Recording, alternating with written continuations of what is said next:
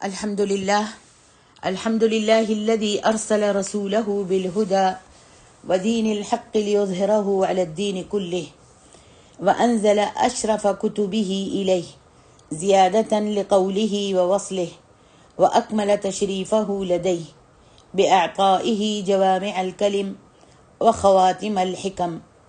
اللهم صل على محمد وعلى آل محمد وأصحاب محمد وأتباع محمد وبارك وسلم تسلیما کثیرا.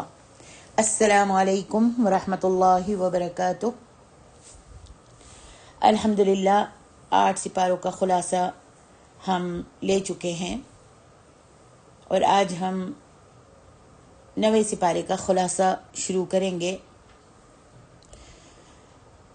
اس سپارے کے شروع میں اللہ سبحانہ و تعالیٰ نے قوم شعیب کی قوم کو بھی توحید کی دعوت دلوائی. یا قوم اعبدوا اللہ ما لکم من الہ غیرہ. سبحان اللہ، قوم شعیب کے گناہ جو تھے بڑے عجیب تھے. نمبر 1، یہ ناپ تول میں کمی کرتے تھے، اور نمبر 2، فساد پھیلاتے تھے. نمبر 3، لوگوں کا راستہ روک لیتے تھے، یعنی گلی محلوں میں بیٹھ جاتے تھے، آنے جانے والوں کو تنگ کرتے تھے اور ان کا مذاق اڑاتے تھے. اللہ سبحانہ و تعالیٰ نے فرمایا وَلَا تَقْعُدُوا بِكُلِّ صِرَاطٍ تُوعِدُونَ وَتَصُدُّونَ عَنْ سَبِيلِ اللَّهِ مَنْ آمَنَ تَبْغُونَهَا عِوَجًا.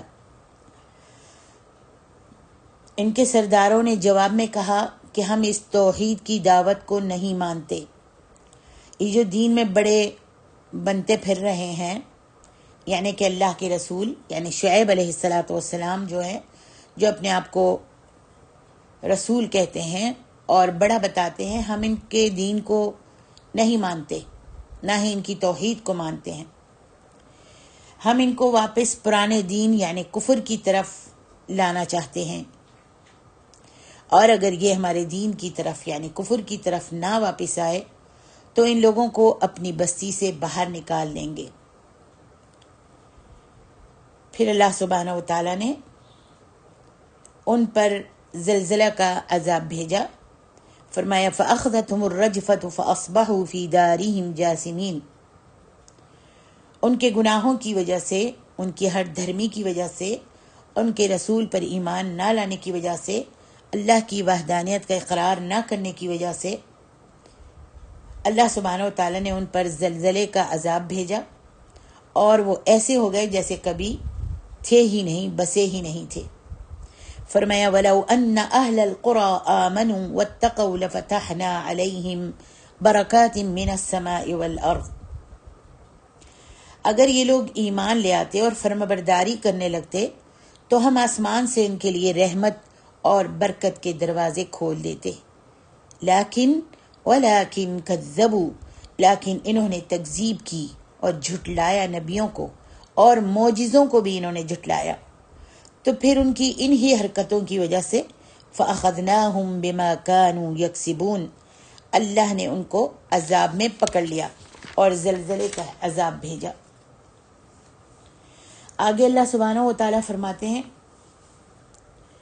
أَفَأَمِنَ أَهْلُ الْقُرَىٰ أَنْ يَأْتِيَهُمْ بَأْسُنَا بَيَاتًا وَهُمْ نَائِمُونَ. یاد رکھیے ہمارے سب کے لیے اس میں عبرت کا مقام ہے. فرمایا کہ اگر اچانک تم پر اللہ کا عذاب آ جائے تو تم کیا کر لو گے؟ بھلا کوئی کچھ کر سکتا ہے؟ آج بھی اللہ کے عذاب ہم سے دور نہیں ہے، نافرمانوں سے دور نہیں ہے.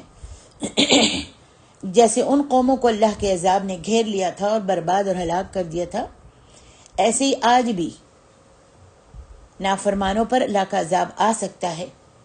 اگر اچانک اللہ فرماتا ہے تم پر اللہ کا عذاب آ جائے تو تم کیا کر لو گے؟ کچھ بھی تو نہیں کر سکتے.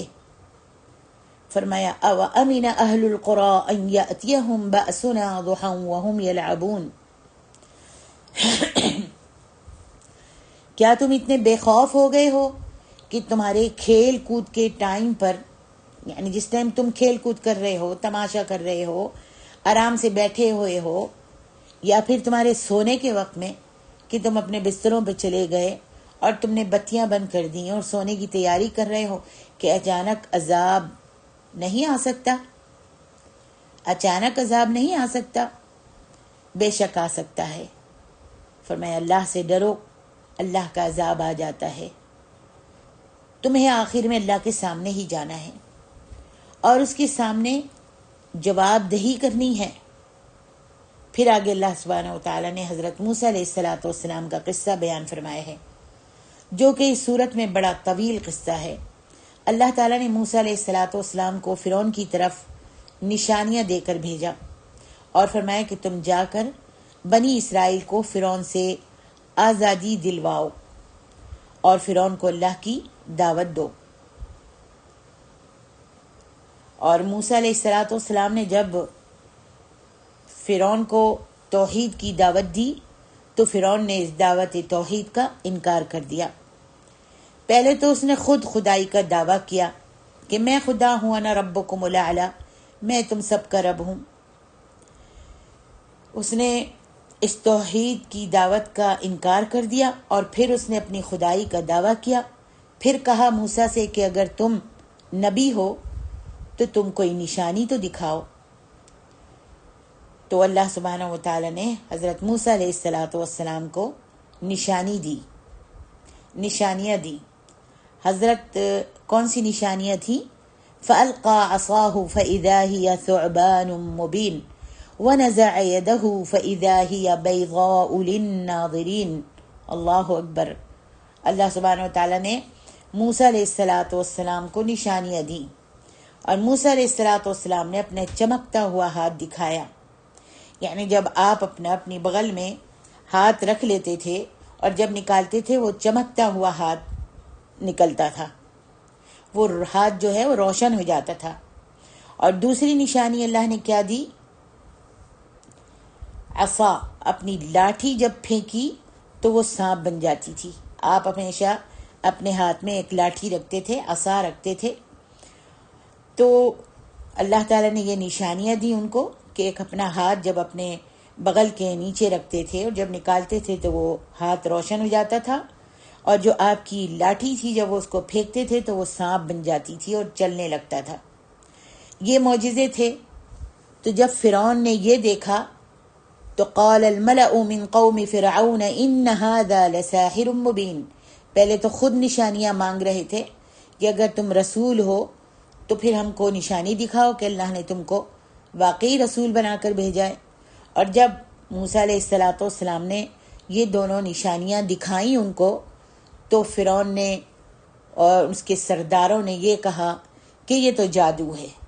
جب نشانیاں دیکھی تو کہنے لگے ان ھذا لساحر مبین، یہ تو جادو ہے۔ اور اس نے اپنے ملک سے تمام جادوگروں کو جمع کیا۔ کس نے؟ فرعون نے جب دیکھا کہ یہ جادو ہے اور کہا کہ یہ جادو ہے تو پھر اس نے میٹنگ کی اپنے سرداروں کے ساتھ، اپنی قوم کے لوگوں کے ساتھ، بڑے لوگوں کو بلایا، ان سے میٹنگ کی۔ پھر یہ طے پایا کہ ہم اپنے ملک سے تمام جادوگروں کو جمع کرتے ہیں اور پھر موسیٰ علیہ السلام سے ان جادوگروں کا مقابلہ کرواتے ہیں۔ پھر ایک دن مقرر ہو گیا اور اس نے اعلان کر دیا، تمام جادوگر جو تھے وہ آ گئے اور پھر انہوں نے اپنے جادوئی چیزیں ڈالی۔ موسیٰ علیہ السلام نے جب اپنا عصا ڈالا تو وہ سانپ بن گیا اور سارے ان کے جادو کے جو چھوٹے چھوٹے سانپ تھے سب کو نگل گیا۔ پھر کیا ہوا؟ پھر یہ سب جادوگر جو تھے ہار گئے۔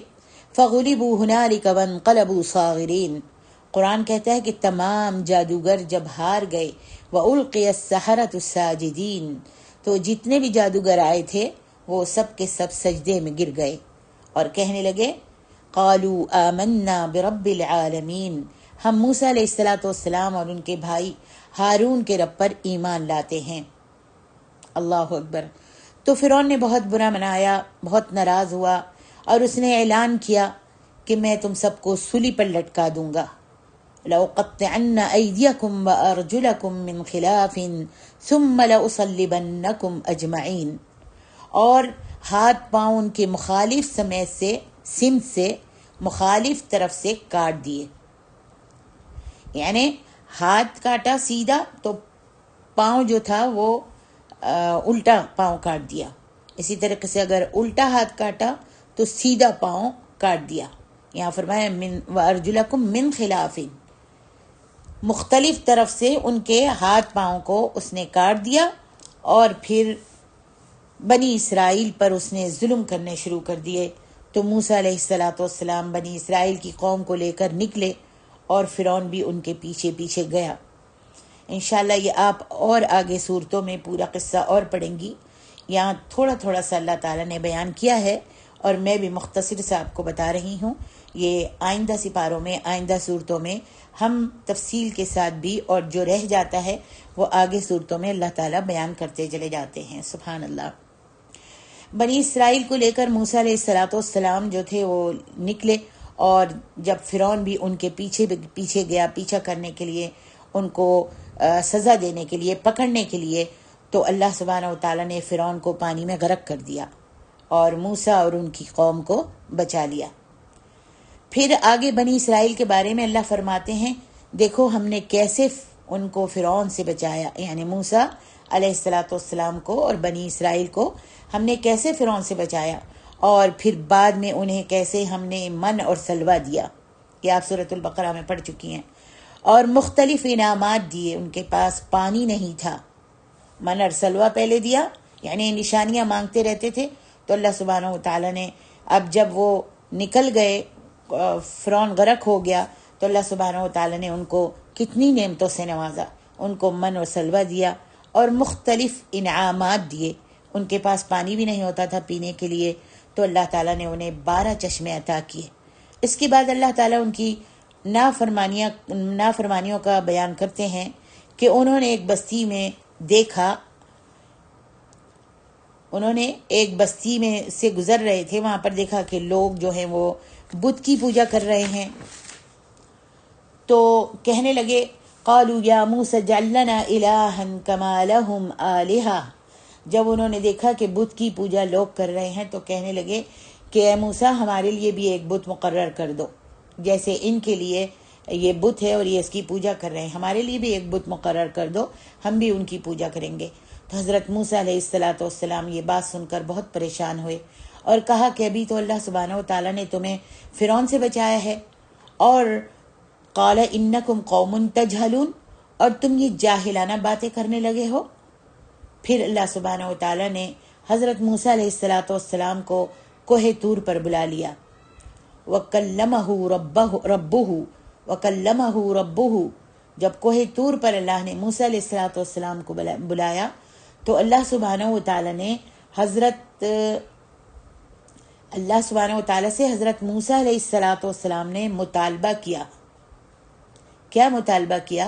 جب کوہ طور پر گئے پہاڑ پر تو اللہ سبحانہ و تعالیٰ نے حضرت موسیٰ علیہ السلام سے باتیں کی. کلمہ ربہ، اللہ سبحانہ و تعالیٰ سے باتیں کی اللہ نے موسیٰ علیہ السلام سے. تو حضرت موسیٰ نے کہا کہ اللہ جی میں آپ کو دیکھنا چاہتا ہوں. اللہ اکبر. تو اللہ سبحانہ و تعالیٰ نے فرمایا قال لن ترانی، آپ مجھے نہیں دیکھ سکتے، آپ مجھے نہیں دیکھ سکتے. ہاں میں ایک نشانی بتاتا ہوں، ایک بات بتاتا ہوں، تم مجھ کو نہیں دیکھ سکتے. لیکن ولکن انظر الی الجبل فإن استقر مکانہ فسوف ترانی. ہاں میں ایک تجلی ڈالتا ہوں اس پہاڑ پر، اگر آپ اسے دیکھ سکے تو پھر مجھے بھی دیکھ سکیں گے. آپ تاب لا سکے اس تجلی کی اور آپ صحیح رہے، آپ کو کچھ نہیں ہوا، آپ اس تجلی کو برداشت کر سکے تو پھر آپ مجھ کو بھی دیکھ سکیں گے. تو جب اللہ سبحانہ و تعالیٰ نے تجلی ڈالی اس پہاڑ کے اوپر تو انہوں نے تجلی دیکھی، یعنی روشنی کو دیکھا. وہ اتنی تیز روشنی تھی کہ وَخَرَّ مُوسَىٰ صَعِقًا، موسیٰ علیہ السلام اس کی تاب نہ لا سکے اس روشنی کی اور بے ہوش ہو گئے.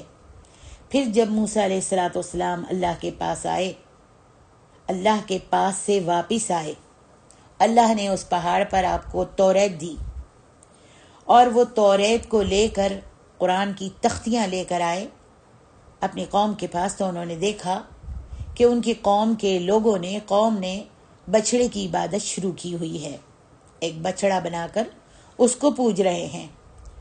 تو غصے میں بھر گئے حضرت موسیٰ علیہ الصلوۃ والسلام، اور ہاتھ میں جو ان کی تختیاں تھیں، وَأَلْقَى الْأَلْوَاحَ وَأَلْقَى الْأَرْوَاحَ الْوَاحَ وَأَخَذَ بِرَأْسِ أَخِيهِ يَجُرُّهُ إِلَيْهِ، تو انہوں نے تختیاں جو تھیں ہاتھ سے غصے میں پھینک دیں حضرت موسیٰ علیہ السلام نے۔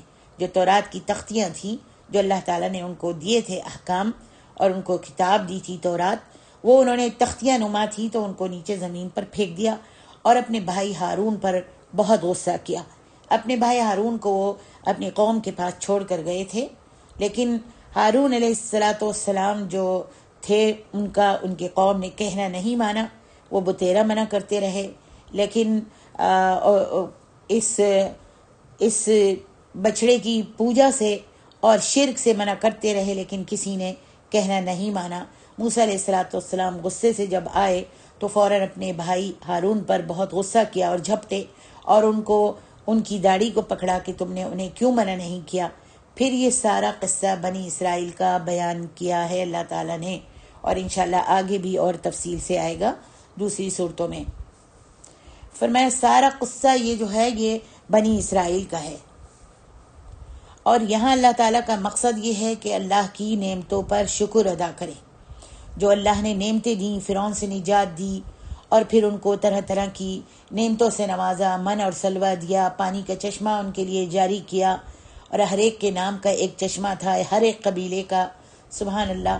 لیکن انہوں نے کیا کیا؟ ناشکری کی۔ اللہ تعالیٰ فرماتے ہیں کہ میں تمہارا رب ہوں، اور اللہ نے عالم ارواح میں تمام روحوں کو نکال کے ان سے عہد لیا تھا۔ یہ ہم سب کو معلوم ہے کہ اللہ سبحانہ و تعالیٰ نے ایک میدان میں جمع کیا تھا تمام عالم ارواح کو، یعنی ہم سب کی روحوں کو اللہ نے ایک جگہ میں جمع کیا تھا، اور پھر اللہ نے عہد لیا تھا اور کہا تھا الستُ بربکم، میں اور آپ اور ساری مخلوق اس وقت جمع تھی، اور سب جمع تھی۔ اللہ تبارک و تعالیٰ نے آدم کی پیٹھ پر ہاتھ پھیرا تو اس سے ساری مخلوق جتنی بھی بشریت تھی وہ سب کی سب اس میدان میں پیدا ہو گئی، نکل گئی۔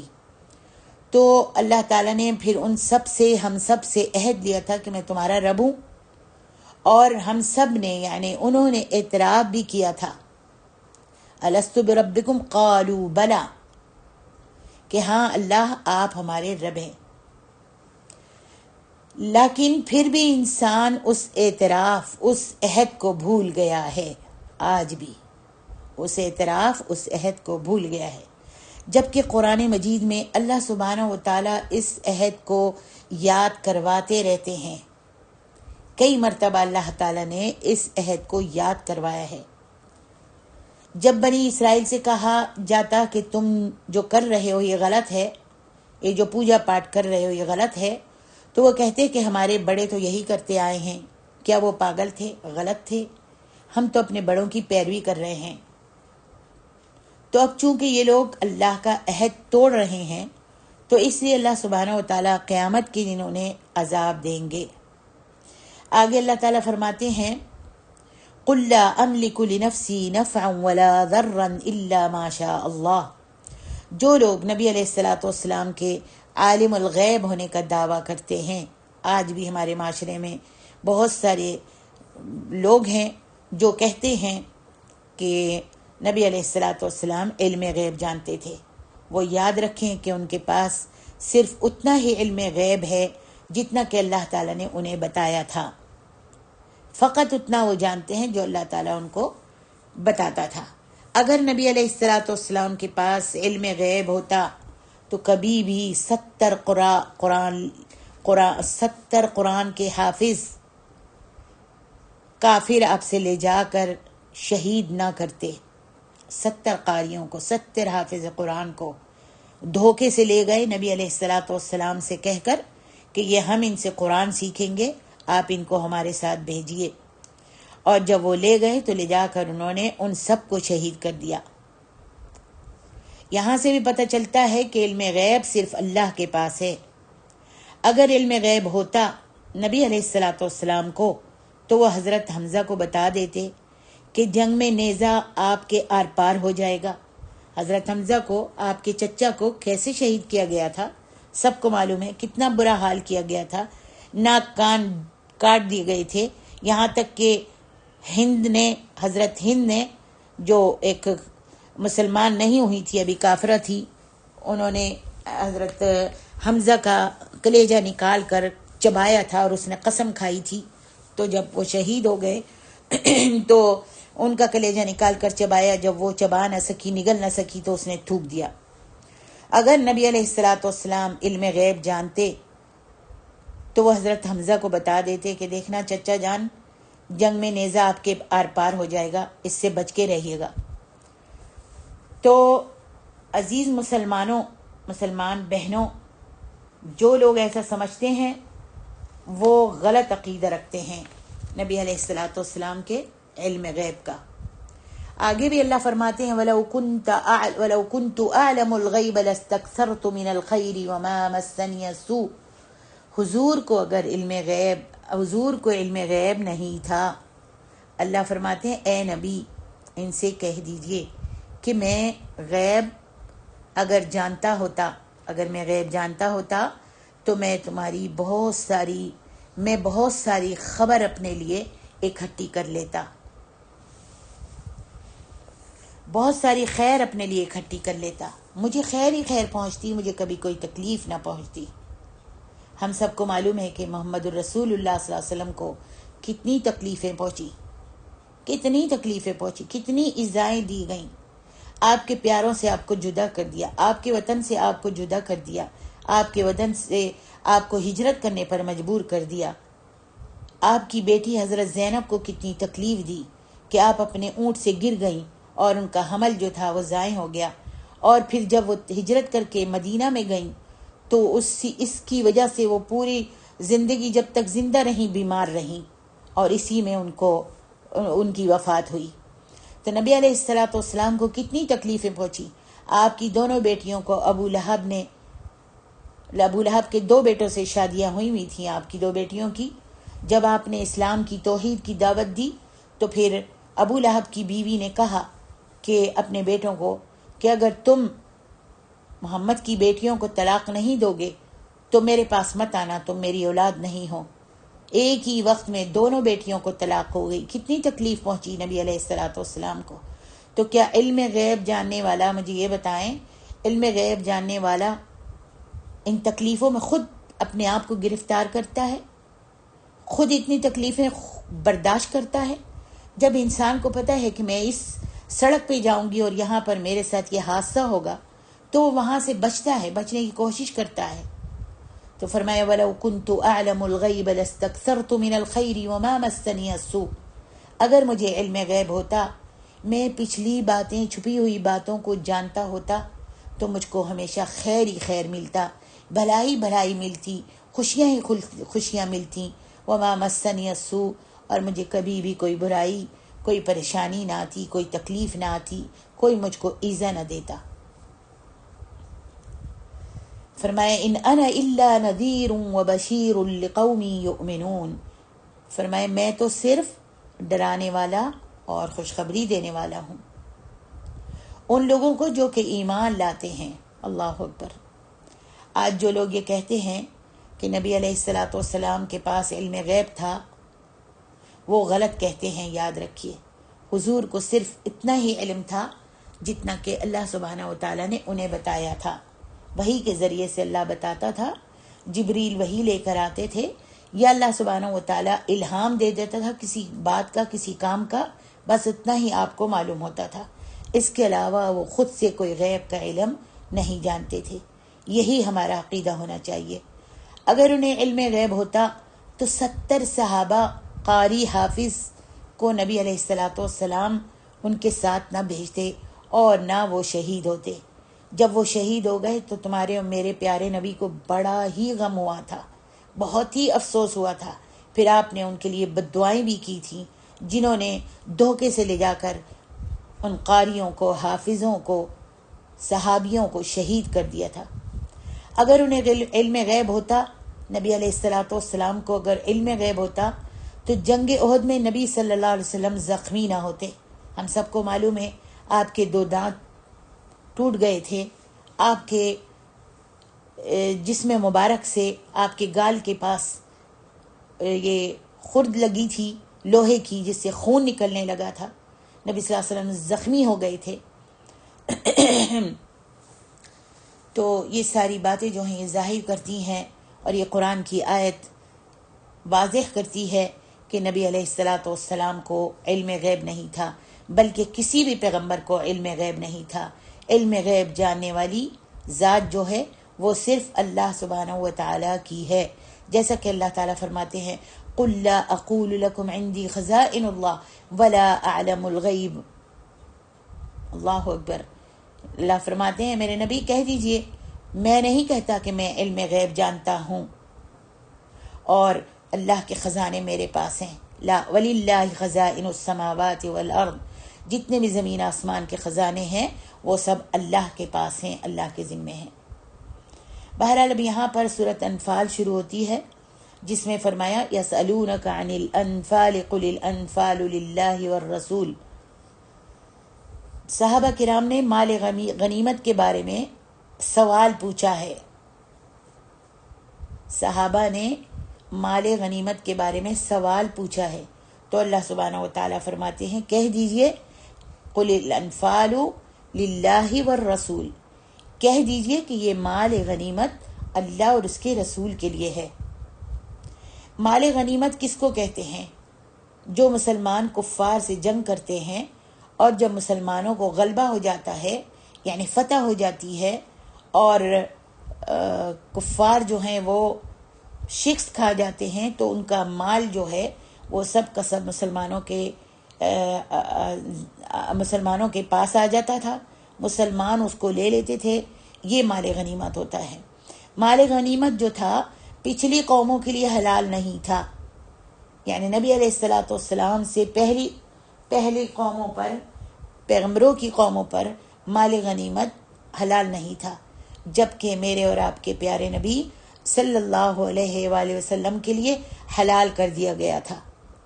پھر ایک اطلاع ملی کہ لشکر ابو سفیان مکہ سے ہجرت کر کے یمن کی طرف جا رہا تھا. ابو سفیان جو تھا یہ پہلے مسلمان نہیں تھے، بعد میں مسلمان ہوئے. تو مکہ سے یہ نکلے اور یمن کی طرف جا رہے تھے، اور یہ کس لیے جا رہا تھا؟ تجارت کے لیے جا رہا تھا، اور اس کو وہاں سے مال اور پیسہ اکٹھا کر کے مکہ واپس آنا تھا.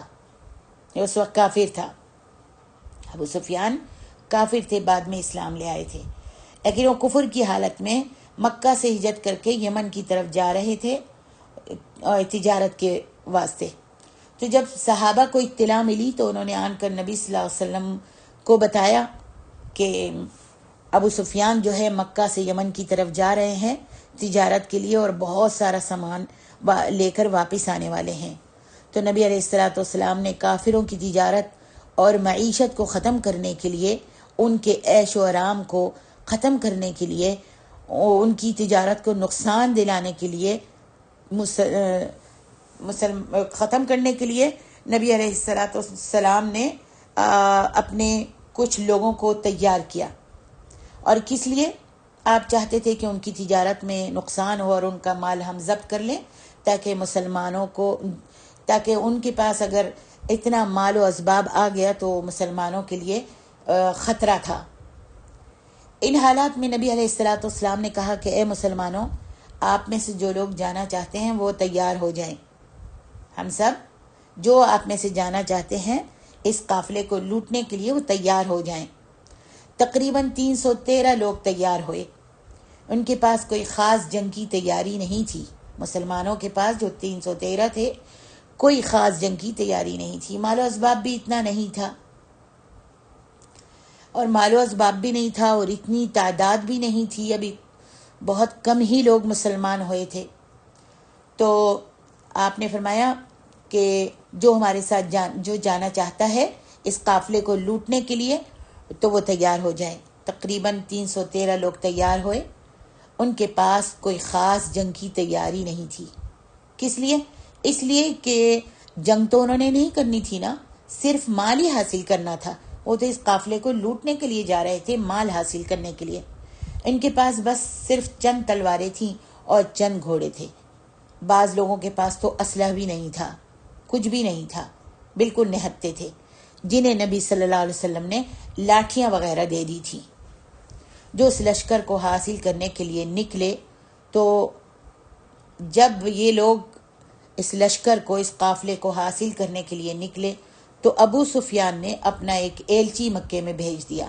ابو سفیان کو کسی نے بتا دیا کہ محمد جو ہیں وہ اپنے قافلے کو تم کو لوٹنے کے لیے، تمہارا مال لینے کے لیے، تمہارا مال جو ہے وہ خطرے میں ہے، اور محمد نے اپنے ساتھیوں کو بھیجا ہے تم کو نقصان پہنچانے کے لیے۔ تو اس ابو سفیان نے مکے میں ایک ایلچی بھیج دیا، ایک خبرگیر بھیج دیا اور کہلوا دیا کہ تمہارا مال جو ہے نا وہ خطرے میں ہے۔ یوں مشرکین مکہ جنگ کے لیے تیار ہو گئے۔ تقریباً 1000 لوگ تھے۔ جب وہ ایلچی مکہ میں گیا اور اس نے جا کے بتایا کہ محمد نے اپنا ایک قافلہ بھیجا ہے اور تمہارا مال جو ہے وہ خطرے میں ہے، تو تم سب بچاؤ کے لیے آ جاؤ۔ اب مشرکین مکہ جو تھے وہ جنگ کے لیے تیار ہو گئے۔ تقریباً 1000 لوگ تھے، لیکن کیا ہوا، وہ تجارتی قافلہ ابو سفیان کی چالاکی کی وجہ سے بچ گیا اور مسلمانوں کے ہاتھ نہیں آ سکا۔ یہ راستے بدل کر ابو سفیان جو تھا مکے میں چلا گیا اور اپنا پورا سامان جو تھا وہ سب کچھ لے کر مکہ چلا گیا، بچ گیا اور مسلمانوں کے ہاتھ کچھ بھی نہیں آ سکا۔ مگر مشرکین مکہ تو جنگ کے لیے نکل چکے تھے۔ ان کو ابو سفیان نے اطلاع بھی دی کہ قافلہ جو ہے بچ چکا ہے اور اب جنگ کی ضرورت نہیں ہے، لیکن ابو جہل نے کافروں کو واپس نہیں جانے دیا۔ وہ تو جنگ کے ارادے سے آیا تھا، وہ واپس لوٹنا نہیں چاہتا تھا، اور اس نے سوچا کہ وہ 1000 کا لشکر لے کر مدینے جائے گا اور مسلمانوں کو ختم کر کے مٹی میں ملا دے گا۔ اپنے اس تکبر کی وجہ سے کہ ہمارا لشکر بہت بڑا ہے اور مسلمانوں کی اتنی تعداد بھی نہیں ہے، ہمارے پاس اسلحہ ہے اور سب کچھ ہے، یہ بڑی شان و شوکت کے ساتھ اس طرف جا رہا تھا، مدینے کی طرف، اور یہی سوچ رہا تھا کہ میں مسلمانوں کو ختم کر کے ملیا میٹ کر دوں گا۔ لیکن اللہ سبحانہ و تعالیٰ نے اس کی یہ تمنا، یہ خواہش کو مٹی میں ملا دیا۔ اللہ سبحانہ و تعالیٰ فرماتے ہیں کہ نبی علیہ الصلوۃ والسلام سے آپ اس وقت کو یاد کریں جب اللہ نے آپ کو نکالا تھا جنگ کے لیے، جبکہ ایک فرقہ مسلمانوں کا ایسا تھا جو اس بات کو پسند نہیں کر رہا تھا۔ یعنی نبی علیہ الصلوۃ والسلام جب نکلے تھے، جب لوگ نکلے تھے اور گئے تھے، یہ جنگ کے لیے نہیں گئے تھے، لیکن اس میں جب آپ نے کہا کہ جو جانا چاہتا ہے چلے، تو فرمائے ایک فرقہ مسلمانوں کا ایسا تھا جو اس بات کو پسند نہیں کر رہا تھا، کیونکہ یہ سب لوگ تو قافلے کا سامان لینے کے لیے نکلے تھے نا، جنگ کے لیے تو نہیں نکلے تھے۔ تو اس میں سے ایک گروہ بالکل جنگ کو پسند نہیں کرتا تھا، وہ منافق تھے، اور ان کو ایسا لگتا تھا کأنما یساقون الی الموت وہم ینظرون۔ وہ جو جنگ کو پسند نہیں کرتے تھے، جانا پسند نہیں کرتا تھا گروہ، ان کو ایسا لگتا تھا کہ وہ موت کی طرف دھکیلے جا رہے ہیں، جبکہ اللہ سبحانہ و تعالیٰ نے آپ سے وعدہ کر رکھا تھا وَإِذْ يَعِدُكُمُ اللَّهُ إِحْدَى الطَّائِفَتَيْنِ، جبکہ اللہ نے آپ سے وعدہ کر رکھا تھا کہ قافلہ یا مشرکین، ان دونوں میں سے ایک پر آپ کو ضرور فتح دے گا اللہ سبحانہ و تعالیٰ، ضرور فتح دے گا۔ اور یہ لوگ یہ گمان زیادہ کرتے تھے کہ جو تجارتی قافلہ ہے، جن کے پاس اسلحہ بھی نہیں ہے، وہ انہیں حاصل ہو جائے، اور اس کا حاصل کرنا زیادہ آسان ہے۔ یہاں فرمایا وَيُرِيدُ اللَّهُ أَن يُحِقَّ الْحَقَّ بِكَلِمَاتِهِ، جبکہ اللہ تعالیٰ اپنی بات کو حق ثابت کرتا ہے، وَيَقْطَعُ دَابِرَ الْكَافِرِينَ، اور کافروں کی جڑ کو کاٹنا چاہتے تھے۔ لِيُحِقَّ الْحَقَّ، اللہ سبحانہ و تعالیٰ کافروں کی جڑ کو کاٹنا چاہتا تھا، اور یہ ظاہر کرنا چاہتے تھے کہ حق بات کیا ہے اور جھوٹ کیا ہے، اور پھر کافروں کی جڑ کو بھی کاٹنا چاہتے تھے۔ فرمایا لِيُحِقَّ الْحَقَّ وَيُبْطِلَ الْبَاطِلَ، تاکہ حق ہو جائے، ظاہر ہو جائے، اور باطل جو ہے وہ صاف ظاہر ہو جائے۔ اللہ کو تو پتہ تھا نا کہ یہ لوگ جنگ بدر کے لیے جا رہے ہیں، اللہ کو تو پتہ تھا کہ یہ لوگ جنگ بدر کے لیے جا رہے ہیں۔ اللہ کی مرضی یہی تھی کہ وہ لڑیں اور کافروں پر غالب ہو جائیں، سبحان اللہ، جبکہ یہ 313 تھے اور وہ کافر لوگ 1000 تھے۔ اللہ تعالیٰ یہاں پر یاد دلا رہا ہے کہ استستغیثون ربکم فاستجاب لکم، جب تم مسلمان اپنے رب سے مدد مانگ رہے تھے، حیران و پریشان تھے نا کہ اس جنگ کیسے چھڑ گئی۔ یہ تو بیچارے نہتے تھے، کچھ ہی تلواریں ان کے پاس، کچھ ہی گھوڑے تھے، اور صرف 313 تھے، اور وہاں سے ابو جہل 1000 کے قریب لوگوں کو لے کر آیا تھا۔ تو ان سب نے اللہ سبحانہ و تعالیٰ سے مدد مانگنی شروع کی، خاصتاً آپ کے اور میرے رسول نے۔ استستغیثون ربکم فاستجاب لکم، جب آپ اللہ سے مدد مانگ رہے تھے تو تمہارے رب نے تمہاری دعا کو سن لیا، قبول کر لیا، اور پھر لگاتار بِأَلْفٍ مِّنَ الْمَلَائِكَةِ مُرْدِفِينَ، ہم نے 1000 فرشتہ بھیج کر تمہاری مدد کی۔ اللہ اکبر، سبحان اللہ، 1000 فرشتوں کو اللہ نے بھیجا اور اللہ سبحانہ و تعالیٰ نے مسلمانوں کی مدد کی۔ حالانکہ مسلمان اس وقت بہت گھبرائے ہوئے، ڈرے ہوئے تھے، لیکن جب اللہ سبحانہ و تعالیٰ نے مدد کا وعدہ کیا تھا تو وہ ضرور پورا کیا۔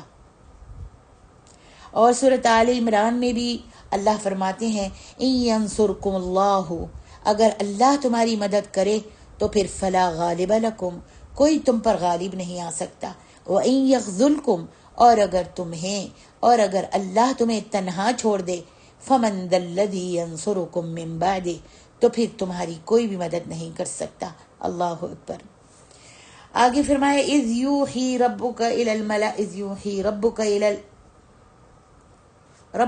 الملائکۃ انی معکم، کہ پھر اللہ نے فرشتوں سے فرمایا میں تمہارے ساتھ ہوں۔ اللہ اکبر، کیا فرمایا؟ تمہارے ساتھ ہوں۔ اللہ نے فرشتوں سے فرمایا میں تمہارے ساتھ ہوں، پس تم مومنوں کے دل اور قدم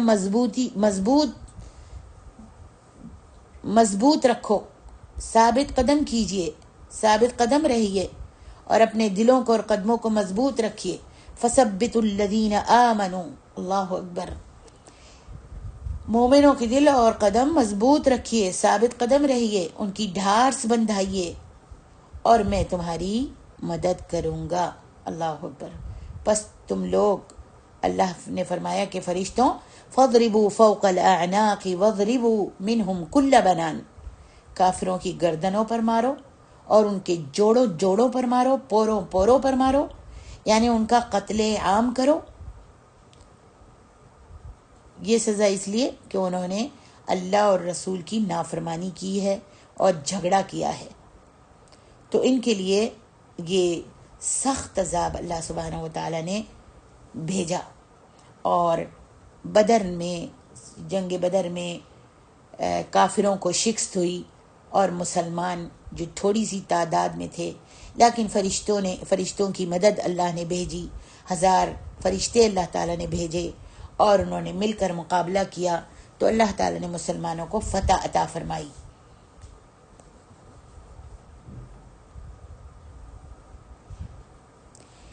پھر فرمایا گیا ایھا الذین آمنوا اذا لقیتم الذین کفروا زحفا، اے مومنو جب تم جنگ کے لیے نکل آؤ، فلا تولوہم الادبار، تو تم منہ مت پھیرنا، پیچھے مت پلٹنا۔ جب ایک دفعہ نکل گئے ہو اللہ کے راستے میں، اللہ کے دشمنوں سے مقابلہ کرنے کے لیے، تو پھر منہ مت پھیرنا اور پھر پیچھے پلٹ کر مت جانا۔ تو جو کوئی بھی جنگ کے وقت پیچھے ہٹ گیا یا بھاگ گیا تو وہ اللہ کے غضب کے ساتھ لوٹا، اور اس کا ٹھکانہ جہنم ہے۔ پھر بیان ہوتا ہے کہ ابو جہل نے خانہ کعبہ پکڑ کر دعا کی تھی، اسی وقت ہی جب وہ جا رہا تھا تو یہ دعا مانگ کے گیا تھا، خانہ کعبہ پکڑ کر دعا کی تھی کہ یا اللہ جو حق ہے اسے فتح دے دے۔ اللہ اکبر۔ اللہ مشرکین مکہ سے کہہ رہے ہیں ان تستفتحوا فقد جاءکم الفتح، ان تستفتحوا فقد جاءکم الفتح۔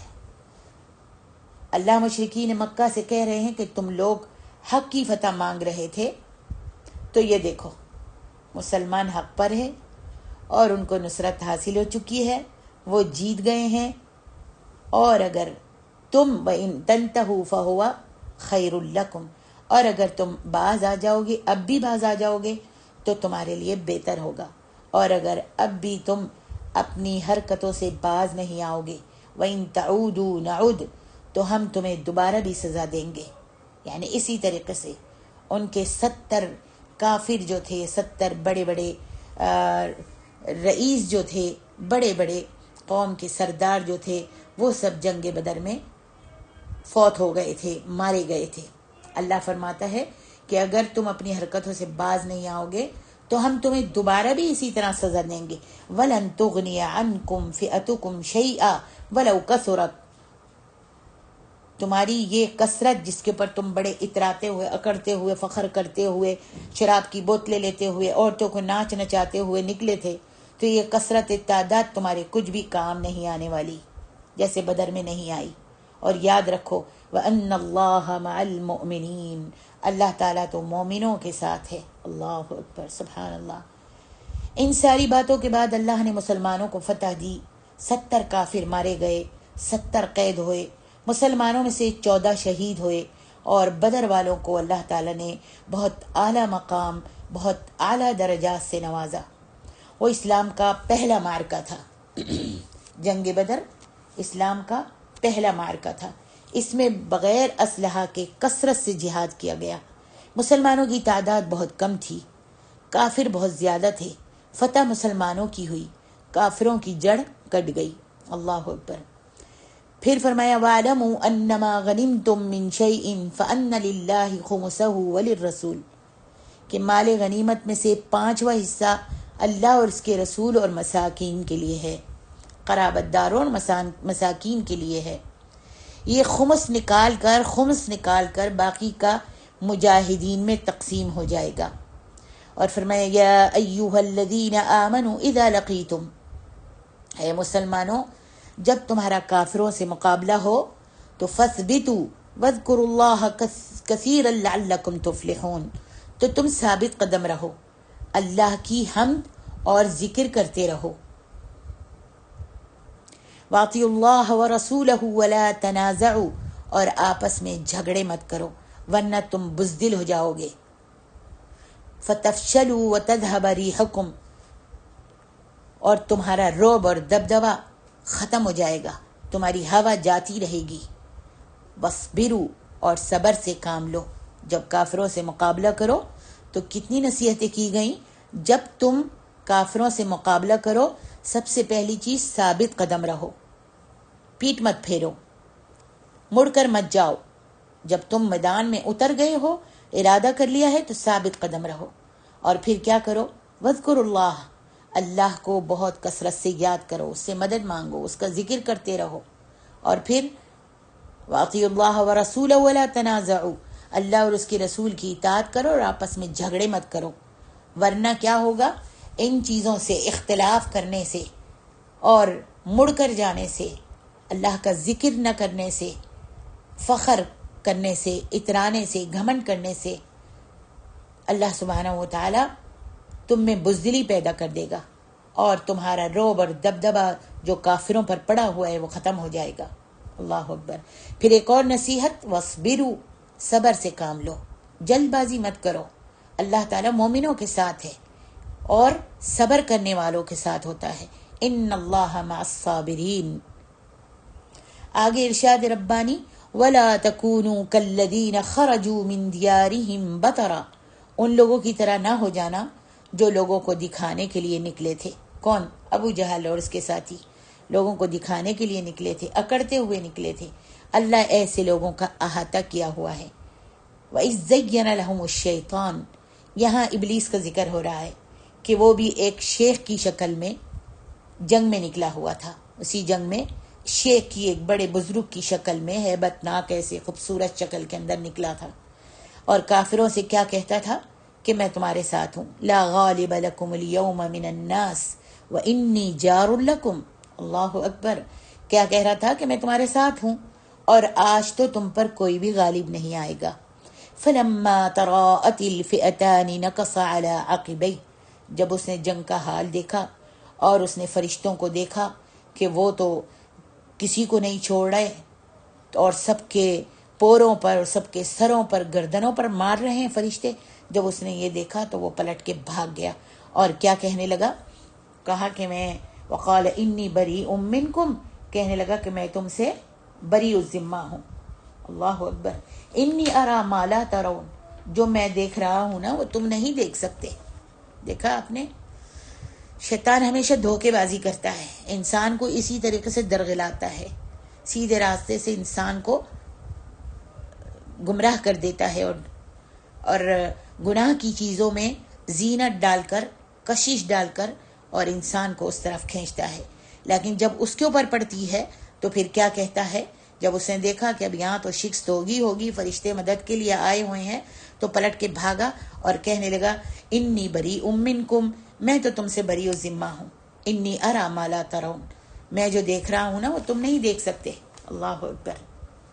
انی اخاف اللہ، اب کہتا ہے جب اس کی بھی اجل آنے والی تھی تو بھاگ گیا اور کہنے لگا انی اخاف اللہ، میں تو اللہ سے ڈرتا ہوں.